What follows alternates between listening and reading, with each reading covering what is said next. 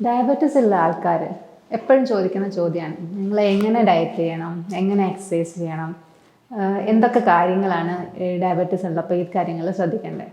ഇപ്പോൾ ഡയറ്റിൻ്റെ കാര്യം പറഞ്ഞു കഴിഞ്ഞാൽ കുറച്ച് കാര്യങ്ങൾ പ്രത്യേകം ശ്രദ്ധിക്കേണ്ടത്. ഒന്നാമതെന്ന് പറയുന്നത് നമ്മൾ കഴിക്കുന്ന ഭക്ഷണം എപ്പോഴും short frequent meals small frequent meals എന്നാണ് നമ്മൾ പറയുക.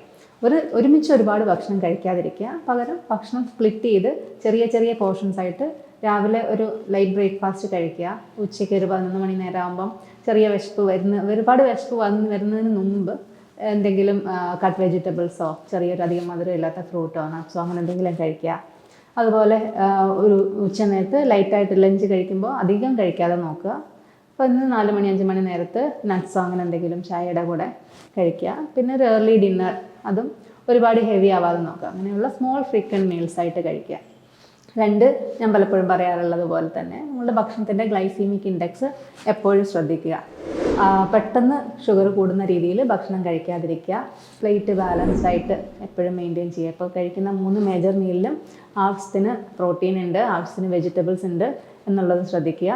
അതുപോലെ തന്നെ ഇതിനകത്തുള്ള കാർബോഹൈഡ്രേറ്റ്സ്, അതിപ്പോൾ നമ്മൾക്ക് മെയിനായിട്ടുള്ള സോഴ്സുകൾ സാധാരണ അരിയാവാം, ഗോതമ്പാവാം, അല്ലെങ്കിൽ മില്ലറ്റ്സോ അല്ലെങ്കിൽ റാഗി, ഓട്സ് പോലെയുള്ള വൈൽഡ് ഗ്രെയിൻസൊക്കെയാണ് ആൾക്കാർ സാധാരണ കഴിക്കുന്നത്.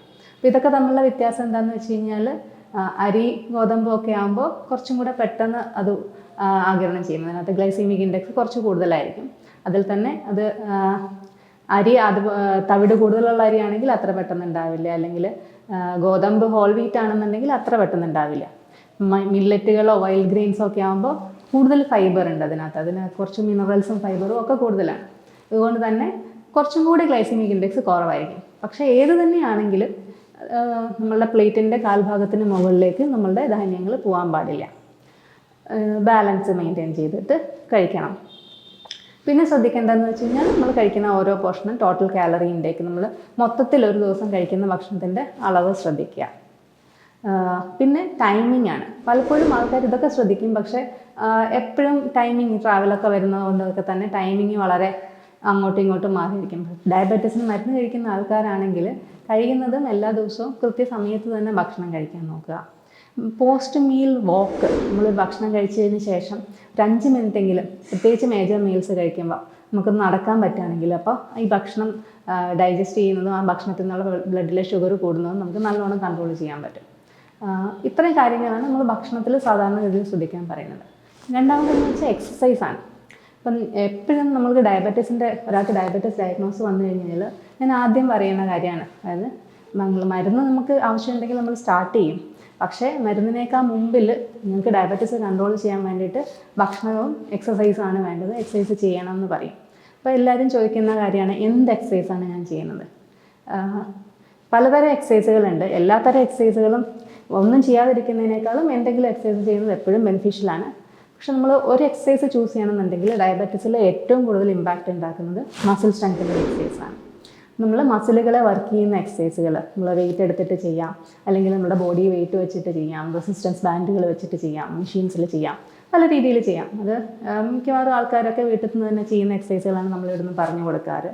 അപ്പോൾ ഇങ്ങനത്തെ മസിൽ സ്ട്രെങ്തനിങ് എക്സസൈസുകൾ ചെയ്യുമ്പം വെറുതെ കാലറി ബേൺ ചെയ്യും, പക്ഷെ ആ ഒരു ഗുണം മാത്രമല്ല ഉണ്ടാകുന്നത്. എക്സസൈസ് കൊണ്ട് ഇപ്പോൾ ഏത് എക്സസൈസ് ആണെങ്കിലും എക്സസൈസ് കൊണ്ട് നമുക്ക് നമ്മളുടെ ഫിസിക്കൽ ഹെൽത്ത് ഇമ്പ്രൂവ് ചെയ്യും, നമ്മളുടെ മെൻ്റൽ ഹെൽത്ത് ഇമ്പ്രൂവ് ചെയ്യും, അതുപോലെ തന്നെ നമ്മളുടെ ബോൺ മിനറൽ ഡെൻസിറ്റി, നമ്മളുടെ മെറ്റബോളിക് ഹെൽത്ത്, അങ്ങനെ ഒരുപാട് കാര്യങ്ങളിൽ എക്സസൈസുകൾ ഇമ്പ്രൂവ്മെൻ്റ് ഉണ്ടാക്കും. അതിൽ ഈ മസിൽ സ്ട്രെങ്തനിങ് എക്സസൈസിൽ ചെയ്യുമ്പോഴത്തേക്ക് നമ്മളുടെ മെറ്റബോളിക് ഹെൽത്ത്, അതായത് നമ്മുടെ ഇൻസുലിൻ യൂട്ടിലൈസേഷനൊക്കെ നല്ലോണം ഡിഫറൻസ് ഉണ്ടാകും. മസിൽ സ്ട്രെങ്തനിങ് എക്സസൈസ് ചെയ്യുന്ന ആൾക്കാർക്ക് അവരുടെ ഇൻസുലിൻ സെൻസിറ്റിവിറ്റി കൂടും. അതുപോലെ തന്നെ ഇൻസുലിൻ ഇല്ലാതെ തന്നെ അവരുടെ മസിലുകൾക്ക് ഗ്ലൂക്കോസിനെ ഉപയോഗിക്കാൻ പറ്റും. ഇത് കൂടാതെ മസിൽ സ്ട്രെങ്തനിങ് എക്സസൈസ് ചെയ്യുമ്പോൾ നമ്മുടെ മസിലുകൾ വലുതാവുകയാണ്, നമ്മളുടെ മസിലിൻ്റെ സ്ട്രെങ്ത് കൂടുകയാണ്. നിങ്ങൾ മസിൽ എക്സസൈസ് ചെയ്യുന്ന സമയത്ത് മാത്രമല്ല, റെസ്റ്റ് ചെയ്യുന്ന സമയത്തും കൂടി ഈ എക്സസൈസുകളുടെ ബെനിഫിറ്റും കാലറി ബേണിങ്ങും ഒക്കെ ഉണ്ടായിക്കൊണ്ടിരിക്കും. പിന്നെ അത് കൂടാതെ നമ്മുടെ കാർഡിയോവാസ്കുലർ എക്സസൈസ്, സാധാരണ എല്ലാവരും ചെയ്യുന്ന നടക്കുക, ഓടുക, സ്വിം ചെയ്യുക, സൈക്കിൾ ചെയ്യുക, അല്ലെങ്കിൽ സുംബ ചെയ്യുക, ഇതൊക്കെ കാർഡിയോവാസ്കുലർ എക്സസൈസുകളാണ്, നമ്മുടെ ഹാർട്ട് റേറ്റ് കൂടുന്ന എക്സസൈസുകൾ. ഇതിനും നല്ലൊരു റോളുണ്ട് നമ്മളുടെ ഹാർട്ട് ഹെൽത്തിന് വേണ്ടിയിട്ടും നമ്മുടെ ഓവറോൾ ഹെൽത്ത് ഫിറ്റ്നസ്സിന് വേണ്ടിയിട്ടും. പിന്നെയുള്ളത് ബാലൻസ് ആൻഡ് ഫ്ലെക്സിബിലിറ്റി എക്സസൈസുകളാണ്. യോഗ, തായ്ചി അങ്ങനത്തെ സാധനങ്ങളിലൊക്കെ മോസ്റ്റ്ലി ബാലൻസും ഫ്ലെക്സിബിലിറ്റിയിലാണ് ഫോക്കസ് ചെയ്യുന്നത്. ഈ എക്സസൈസുകളൊക്കെ ബാലൻസ് ചെയ്ത് കഴിഞ്ഞാലാണ് ഏറ്റവും ബെനിഫിറ്റ് ഉണ്ടാവുക. പിന്നൊരു കാര്യം ശ്രദ്ധിക്കാനുള്ളതെന്ന് വെച്ച് കഴിഞ്ഞാൽ നമ്മൾ ഈ എക്സസൈസ് ചെയ്യുമ്പോൾ പലപ്പോഴും നമ്മളുടെ ഷുഗർ ലെവൽസിൽ ഫ്ലക്ച്വേഷൻസ് ഉണ്ടാവും. മസിൽ സ്ട്രെങ്തനിങ് എക്സസൈസുകളാണ് ചെയ്യുന്നതെന്ന് വെച്ചാൽ ചെയ്യുന്ന സമയത്ത് ചിലപ്പോൾ ചെറിയൊരു ഷുഗർ സ്പൈക്ക് ഉണ്ടാവാം. പക്ഷേ കാർഡിയോവാസ്കുലർ എക്സസൈസുകളാണ് ചെയ്യുന്നതെന്ന് വെച്ചാൽ ചെയ്യുന്ന സമയത്ത് ഷുഗർ താഴ്ന്നു പോവുക ചെയ്യുക. അപ്പോൾ നമ്മൾ എങ്ങനെ യൂഷ്വലി പേഷ്യൻസിന് പറഞ്ഞു കൊടുക്കുകയെന്ന് വെച്ച് കഴിഞ്ഞാൽ, നിങ്ങളിതെല്ലാം കൂടെ ചെയ്യുന്ന ഒരാളാണെങ്കിൽ ആദ്യം മസിൽ സ്ട്രെങ്തനിങ് എക്സസൈസുകൾ ചെയ്തതിന് ശേഷം കാർഡിയോവാസ്കുലർ എക്സസൈസുകൾ ചെയ്യുക. അതുപോലെ തന്നെ എക്സസൈസിന് ശേഷം ഉള്ള ഷുഗർ ഒന്ന് ശ്രദ്ധിക്കുക. കാരണം അതിൽ ഫ്ലക്ച്വേഷൻസ് ഉണ്ടാവാം. ചിലപ്പോൾ പ്രത്യേകിച്ച് ടൈപ്പ് 1 ഡയബറ്റീസ് ഉള്ള ആൾക്കാർക്ക് ലോ ഷുഗർ ഉണ്ടാവാനും സാധ്യതയുണ്ട്. അതുകൊണ്ട് തന്നെ ലേറ്റായിട്ട് ഈവനിങ്ങിലൊക്കെ ചെയ്ത് കഴിഞ്ഞ് കഴിഞ്ഞാൽ ഏർലി മോർണിംഗിൽ ഹൈപ്പോഗ്ലൈസീമിയ ഉണ്ടാവാനുള്ള സാധ്യതയുണ്ട്. അപ്പോൾ ഈ ഡയറ്റും എക്സസൈസും മോണിറ്റർ ചെയ്ത് അഡ്ജസ്റ്റ് ചെയ്ത് കഴിഞ്ഞ് കഴിഞ്ഞാൽ പലപ്പോഴും നമ്മൾ കാണുന്നത് നല്ലൊരു ഡിഫറൻസ് ഷുഗറിൻ്റെ കാര്യത്തിൽ ഉണ്ടാവാറുണ്ട്. ഇപ്പോൾ ഈയിടെ തന്നെ ഒരു പേഷ്യൻ്റ് ഉണ്ടായിരുന്നു, കുറേ കാലമായിട്ട് ഡയബറ്റീസ് ഉണ്ടായിരുന്ന ആളാണ്. അപ്പോൾ നമ്മൾ കുറേ കാര്യങ്ങൾ അങ്ങോട്ടും ഇങ്ങോട്ടൊക്കെ മാറ്റി നോക്കി, ഞാൻ ഡയറ്റ് എക്സസൈസൊക്കെ സജസ്റ്റ് ചെയ്തു.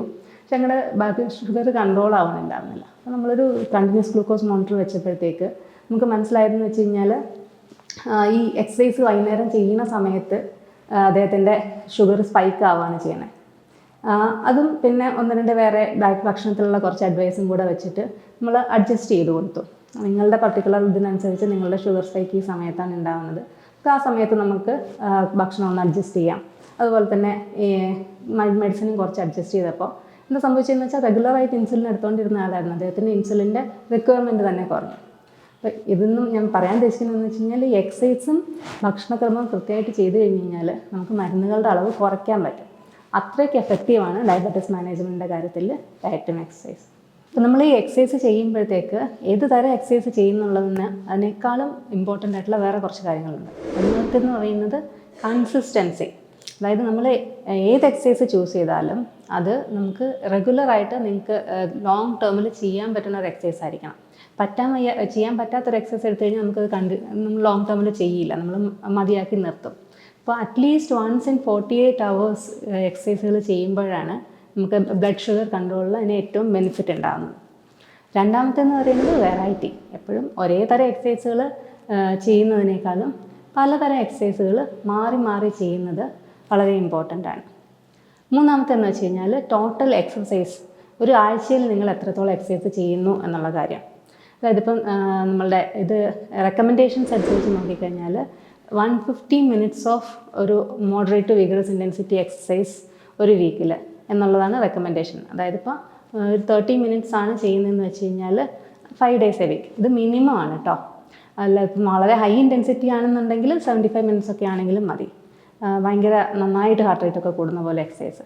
പക്ഷേ ഇത്രയെങ്കിലും എക്സസൈസുകൾ ചെയ്തിരിക്കുക എന്നുള്ളതും ഇമ്പോർട്ടൻ്റ് ആണ്.